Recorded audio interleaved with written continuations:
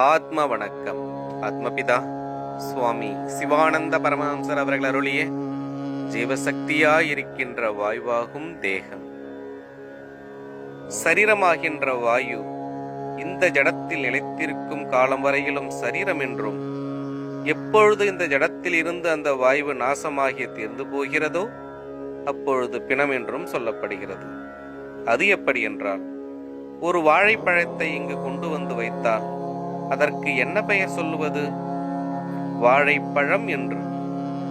அந்த வாழைப்பழத்தின் உள்ளில் உள்ள கனியை எடுத்தால் பின் என்ன மிச்சம் உண்டு? தோல்.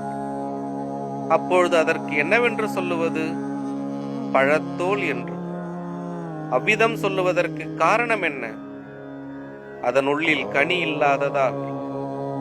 அதனுள்ளில் கனி இருக்கும் பொழுது என்னவென்று சொல்லுவது?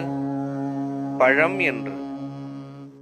எனவே கனி இருக்கும் போது அதற்கு பழம் என்றும், கனி இல்லாத போது அதற்கு தோல் என்றும் சொல்லுகிறார்கள். அப்படியே ஜீவன் இதனுள்ளில் இருக்கும் வரை சரீரம் என்றும், ஜீவன் இதிலிருந்து நசித்து போன பின் இதற்கு பிணம் என்றும் சொல்லுகிறார்கள். அதுபோலவே சரீரமாயிருக்கின்ற வாயு உடம்பிலிருந்து வேறுபடும் பொழுது பிணமாகிறது. அதுகொண்டு வாயுவேயாகும் சரீரம். தவிர சரீரம் இருக்கும் பொழுது மட்டுமே ஆகாரங்கள் உட்கொள்கிறதும், சேட்டைகள் செய்கிறதும், கேட்கிறதும், காண்கிறதும், அறிகிறதும் ஆகிய தொழில்களும் உண்டாகின்றன.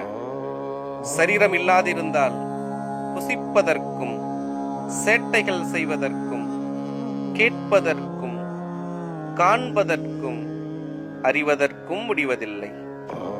இந்த ஜடமாகும் சரீரம் என்றால் செத்து போன போதும் இந்த ஜடத்தை காண்கிறோம் அல்லவா? காண்கின்றோம். அப்பொழுது முன் சொன்ன ஏதாவது சேட்டைகள் முதலியவை அதற்கு உண்டாயிருந்ததா? இல்லை. அது சரீரமாய் இருந்ததென்றால் முன் சொல்லப்பட்ட சேட்டைகள் உண்டாக வேண்டியதல்லவா? ஆம், உண்டாக வேண்டும். அப்பொழுது அதற்கு சரீரம் என்று சொல்லுவதற்கு இடமுண்டோ? இடமில்லை. எனில் சரீரம் என்பது எது? ஜீவசக்தியாயிருக்கின்ற வாயுதான் என்று வெளிப்படுகிறது. ஜீவசக்தியாயிருக்கின்ற வாயுவாகும் தேகம் தொடரும். ஆத்ம வணக்கம்.